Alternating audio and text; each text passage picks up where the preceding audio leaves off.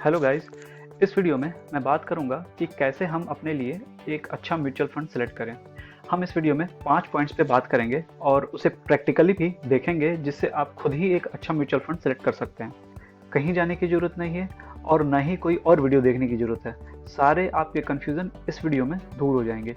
लेकिन सबसे पहले आप ये जान लें कि स्टार रेटिंग और क्रिसिल रिपोर्ट के बेसिस पे म्यूचुअल फंड नहीं सेलेक्ट करने चाहिए।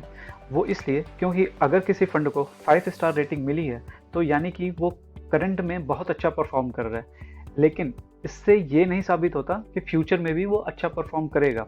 तो इसलिए रेटिंग के अलावा भी कुछ बातों को ध्यान देना चाहिए, तभी आप अपने लिए एक अच्छा म्यूचुअल फंड सेलेक्ट कर पाएंगे। तो ज़्यादा टाइम नहीं लेता हूँ आपका, पॉइंट नंबर 1 की बात करते हैं। म्यूचुअल फंड की जो परफॉर्मेंस है वो कंसिस्टेंट होनी चाहिए। इसका मतलब ये है कि जो आप म्यूचुअल फंड सेलेक्ट कर रहे हैं उसका जो एनुअली रिटर्न है वो कंसिस्टेंट होना चाहिए। तो इसके लिए आपको उस फंड की रिटर्न हिस्ट्री देखनी होगी, और वो भी 2-3 साल की नहीं, लगभग 7-8 साल की या उससे ऊपर की। तो गाइज, अगर एग्जांपल की बात करें तो मान लीजिए एक फंड ABC है जिसकी रिटर्न हिस्ट्री 10%, 14% और 12% है, और एक दूसरा म्यूचुअल फंड XYZ है जिसकी रिटर्न हिस्ट्री 13%, 5% और 7% है। तो इस हिसाब से कंसिस्टेंसी ABC म्यूचुअल फंड की अच्छी है, तो मैं ABC को ही प्रेफर करूंगा। अब गाइज, इसे देखेंगे कैसे? इसके लिए कुछ ज़्यादा नहीं करना है, बस थोड़ा बहुत गूगल करना है और आपका काम हो जाएगा। चलिए हम देखते हैं कि इसे कैसे पता करें। तो गाइज, आप देख सकते हैं कि मैंने यहाँ पे 3 वेबसाइट्स ओपन किया हुआ है, मनी कंट्रोल की, ग्रोइन की और पेटीएम मनी की। आप इन तीनों वेबसाइट्स के थ्रू म्यूचुअल फंड के सारे डिटेल्स पता कर सकते हो। ये तीनों वेबसाइट्स इनफ है किसी भी म्यूचुअल फंड के बारे में अच्छे से बताने के लिए। तो आइए मनी कंट्रोल की बात करते हैं। मनी कंट्रोल में म्यूचुअल फंड टाइप पे आपको सेलेक्ट करना है। आपको यहाँ पे म्यूचुअल फंड से रिलेटेड सारे डिटेल्स मिल जाएंगे। आप यहाँ पे देखिए, यहाँ पे टॉप परफॉर्मिंग कैटेगरीज की लिस्ट है। तो गाइज, मनी कंट्रोल में अगर हम देखें तो यहाँ पे आपको देखो इस सेक्शन में रिटर्न हिस्ट्री पता चल रही है। इवन 10 साल तक की रिटर्न हिस्ट्री आपको म्यूचुअल फंड में मिल रही है। तो आप इस हिसाब से यहाँ पे पता कर सकते हैं कि किस म्यूचुअल फंड की रिटर्न जो है वो कंसिस्टेंस है। यहाँ पे क्रिसिल रैंक भी दी हुई है, यहाँ पे 5 स्टार, 5 स्टार, 5 स्टार, 4 स्टार। तो आप इस हिसाब से यहाँ पे डिटेल्स लेके आप खुद भी पता कर सकते हो कि किस म्यूचुअल फंड की रिटर्न हिस्ट्री कंसिस्टेंट है। गाइज, अब पॉइंट नंबर 2 की बात करते हैं। इसमें फंड मैनेजर की प्रोफाइल देखनी चाहिए। हर म्यूचुअल फंड के लिए एक फंड मैनेजर होता है जो अपने रिसर्च और एनालिसिस से ये डिसाइड करता है कि पैसे कब, कहाँ और कितना लगाना या निकालना है। तो अगर फंड मैनेजर के पास इन सब बातों का अच्छा एक्सपीरियंस है तो डेफिनेटली वो म्यूचुअल फंड अच्छा परफॉर्म करेगा। एक बात हो सकता है कि जो म्यूचुअल फंड आप सेलेक्ट कर रहे हो उसका फंड मैनेजर एक साथ कई और म्यूचुअल फंड को मैनेज करता हो। तो अगर उसके पास 4 या 5 से ज़्यादा फंड है तो ऐसा म्यूचुअल फंड को अवॉइड करना चाहिए। और आपको ये भी देखना चाहिए कि अगर फंड मैनेजर के पास 4 फंड्स हैं तो कम से कम 3 में उसके परफॉर्मेंस कंसिस्टेंट होना चाहिए। अगर केवल एक फंड में ही अच्छा है, बाकी में परफॉर्मेंस अच्छी नहीं है, तो फिर ऐसे म्यूचुअल फंड को भी अवॉइड करना चाहिए। गाइज, अब फंड मैनेजर के बारे में कैसे पता करें? तो मनी कंट्रोल के बारे में हमने जाना। अब आइए पेटीएम मनी की बात करते हैं। सपोज पॉइंट नंबर 1 के लिए आपने कुछ म्यूचुअल फंड को सिलेक्ट किया हुआ है। अब पॉइंट नंबर 2 के लिए हम पेटीएम मनी का यूज़ करेंगे। तो आप जिस भी म्यूचुअल फंड को सिलेक्ट किया है यहाँ पे आप उसे सर्च करिए और उसकी डिटेल्स देखिए। सपोज मैंने सेलेक्ट किया हुआ है एक्सिस ब्लू चिप को, तो मैं एक्सिस ब्लू चिप के डिटेल्स यहाँ पे देखूंगा। आप देख सकते हैं यहाँ पे डिटेल्स इसकी आ गई है। तो थोड़ा सा स्क्रॉल करने पे हमें ये पता चल जाएगा कि ये जो फंड है, जो हमने म्यूचुअल फंड सेलेक्ट किया हुआ है, इसे मैनेज किसके थ्रू किया जा रहा है। तो आप यहाँ देख सकते हैं श्रेयास देवालकर, ये इस फंड को मैनेज कर रहे हैं। इनकी डिटेल्स हम जब इस पर क्लिक करेंगे तो हमें मिल जाएगी। अब पॉइंट नंबर 3 देखते हैं। गाइज, म्यूचुअल फंड कई टाइप के होते हैं, जैसे large cap fund, mid cap fund, small cap fund, डेब्ट फंड। और कौन सा फंड लेना चाहिए ये आपके रिस्क, गोल और टाइम होरिजन पे डिपेंड करता है। जैसे अगर आपका इन्वेस्टमेंट का टाइम होरिजन बहुत कम है, मान ले कि 3 साल के आसपास है, तो आपके लिए डेब्ट फंड सही होगा। लंबा टाइम होरिजन, जैसे अगर 8-10 साल या उससे ऊपर के लिए इन्वेस्टमेंट करना चाहते हैं बट रिस्क कम चाहिए, तो लार्ज कैप फंड सही होगा। मिड कैप फंड और स्मॉल कैप फंड में रिस्क हाई होता है लेकिन इसमें रिटर्न भी हाई होता है। तो अगर आपको हायर रिटर्न चाहिए तो इस कैटेगरी में इन्वेस्ट कर सकते हैं। वैसे अच्छा तो यही होता है कि इन तीनों कैटेगरी के फंड्स में आपके इन्वेस्टमेंट का थोड़ा थोड़ा पार्ट होना चाहिए, तभी एक अच्छा पोर्टफोलियो बनेगा। बट इसका भी एक अलग कैलकुलेशन है और हम डिटेल्स में जाएंगे तो वीडियो ज़्यादा लंबी हो जाएगी। तो मैं ऐसा करूंगा कि इस टॉपिक पे एक सेपरेट वीडियो बना दूंगा कि किस कैटेगरी के म्यूचुअल फंड में कितना इन्वेस्टमेंट होना चाहिए, जिससे आपको थोड़ा और डिटेल्स पता चल सके और आप एक अच्छा रिटर्न ले पाएँ। तो गाइज इसलिए चैनल को सब्सक्राइब कर दीजिए और बेल आइकन को प्रेस करना मत भूलिएगा, जिससे जैसे ही वीडियो अपलोड करूंगा आपको नोटिफिकेशन मिल जाएगा। तो आइए अब पॉइंट नंबर 4 की बात करते हैं। हमें म्यूचुअल फंड सेलेक्ट करते समय AUM साइज को भी कंसिडर करना चाहिए। अब AUM क्या होता है? तो guys AUM assets under management को कहते हैं। मतलब AUM उस म्यूचुअल फंड की टोटल मार्केट वैल्यू को कहते हैं जो एक फंड मैनेजर मैनेज करता है। तो जब कोई म्यूचुअल फंड अच्छा परफॉर्म करता है तो सभी लोग उसी म्यूचुअल फंड में इन्वेस्ट करना चाहते हैं और उस म्यूचुअल फंड में और पैसा आने लगता है, तो इस तरह उसकी मार्केट वैल्यू और बढ़ जाती है। ये एक तरह से तो अच्छी बात है, बट अगर बहुत ढेर सारा पैसा आने पर फंड मैनेजर को मैनेज करना थोड़ा मुश्किल हो जाता है। तो ज़्यादा AUM वाले म्यूचुअल फंड को भी अवॉइड करना चाहिए। जैसे लार्ज कैप फंड की AUM साइज 10 से 12,000 करोड़ से ज़्यादा ना हो तो अच्छा है, लेकिन कुछ केस में ये 15,000 करोड़ भी हो जाती है और तब भी म्यूचुअल फंड अच्छा परफॉर्म करता है। और मिड कैप म्यूचुअल फंड की साइज 6,000 करोड़ से ज़्यादा नहीं होनी चाहिए और स्मॉल कैप 2,000 करोड़ से ज़्यादा ना हो तो ठीक होगा।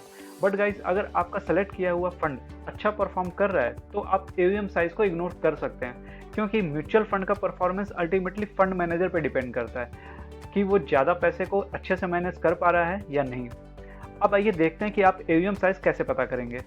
तो मैंने फिर एक बार मनी कंट्रोल की वेबसाइट को ओपन किया हुआ है, आप देख सकते हैं यहाँ पे। अब ये लार्ज कैप फंड के AUM साइज को देखते हैं। अब जब लार्ज फंड के सेक्शन में आएंगे तो आप देखेंगे यहाँ पे AUM मेंशन किया होता है। तो आप यहाँ से देख सकते हैं कि ये जो प्राइस है, जो अमाउंट है, ये इस AUM को दर्शाता है। तो अगर हम देखें JM लार्ज कैप फंड की AUM साइज 331 करोड़ है, ये अमाउंट यहाँ पे करोड़ में दिखाया गया। एक्सिस ब्लू चिप फंड की साइज 17,270 करोड़ के आसपास है। IDFC लार्ज कैप फंड की साइज 528 करोड़ है। कोटक ब्लू चिप फंड की साइज 1,677 करोड़ के आसपास है। तो ये है AUM साइज।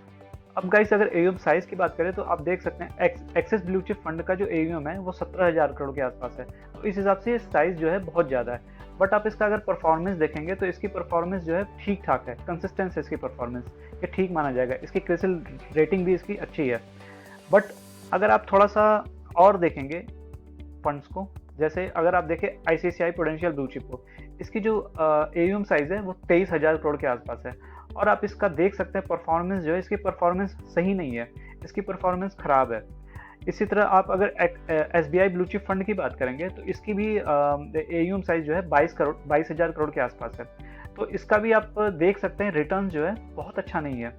तो गाइज आप इस तरह AUM साइज देख सकते हैं। अब पॉइंट नंबर 5 की बात करते हैं। गाइज म्यूचुअल फंड सेलेक्ट करते समय आपको एक्सपेंस रेशियो भी देखने चाहिए।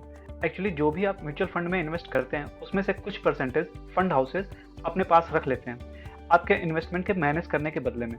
तो इसी अमाउंट को हम एक्सपेंस रेशियो कहते हैं और इसलिए ये जितना कम हो उतना ही अच्छा है। लगभग सभी म्यूचुअल फंड के 2 प्लान होते हैं, एक डायरेक्ट और दूसरा रेगुलर। जब आप डायरेक्ट प्लान लेते हैं तो आप एक तरह से सीधे फंड हाउस से म्यूचुअल फंड बाई करते हैं। तो यहाँ पे एक्सपेंस रेशियो 0.5 से 1% के आसपास तक हो सकता है। और रेगुलर प्लान में आप किसी ब्रोकर के थ्रू म्यूचुअल फंड लेते हैं तो फंड हाउसेस इस ब्रोकर को भी कुछ परसेंटेज देते हैं जो कि आपके इन्वेस्टमेंट से ही कटता है। तो इसलिए रेगुलर प्लान का एक्सपेंस रेशियो डायरेक्ट प्लान से ज़्यादा होता है, ये लगभग 1% से 2% के आसपास तक हो सकता है। तो आइए देखते हैं कि ये एक्सपेंस रेशियो आप कैसे पता कर सकते हैं। गाइज मैंने मनी कंट्रोल वेबसाइट को ओपन किया हुआ है, यहाँ पे फंड की लिस्ट आ रही है। आप किसी भी फंड पे क्लिक करके आप उस फंड के एक्सपेंस रेशियो को पता कर सकते हैं। मान लीजिए मुझे एक्सिस मिड कैप फंड का एक्सपेंस रेशियो पता करना है, तो मैं इस पर क्लिक करता हूँ और आप सीधे यहाँ टॉप पे देखेंगे कि एक्सपेंस रेशियो दिखा रहा है 2.02% और आप देखेंगे यहाँ पे रेगुलर प्लान सिलेक्टेड है। तो एक तरह से ये रेगुलर प्लान का एक्सपेंस रेशियो है। अगर आपको डायरेक्ट प्लान का एक्सपेंस रेशियो देखना है तो आप ये ऑप्शन सेलेक्ट करिए, गो पे क्लिक करिए और आप देखेंगे इसका एक्सपेंस रेशियो 0.58% है। तो इस तरह से रेगुलर प्लान से कम है। तो आप इस तरह से एक्सपेंस रेशियो पता कर सकते हैं। तो गाइज अब आप समझ चुके होंगे कि एक अच्छे म्यूचुअल फंड सेलेक्ट करते समय इन 5 पॉइंट्स को हमेशा ध्यान में रखना होगा। बट कहानी अभी ख़त्म नहीं हुई है। 2 बातें और हैं जो मैं बताना चाहता हूँ। पहला ये कि आप में से कई लोगों ने हो सकता है ये सुना हो कि म्यूचुअल फंड सेलेक्ट करते समय एग्जिट लोड पे भी ध्यान देना चाहिए। तो मैं बता दूं कि एग्जिट लोड पे ध्यान मत दीजिए, क्योंकि अगर आप म्यूचुअल फंड में इन्वेस्ट करने जा रहे हैं तो आपका इन्वेस्टमेंट टाइम लॉन्ग टर्म का है। इस केस में एग्जिट लोड नहीं लगेगा। एग्जिट लोड यूजुअली 1 साल के अंदर पैसा निकालने पर ही लगता है, जो कि 1% के आसपास तक हो सकता है। दूसरी बात है एक्सपेंस रेशियो।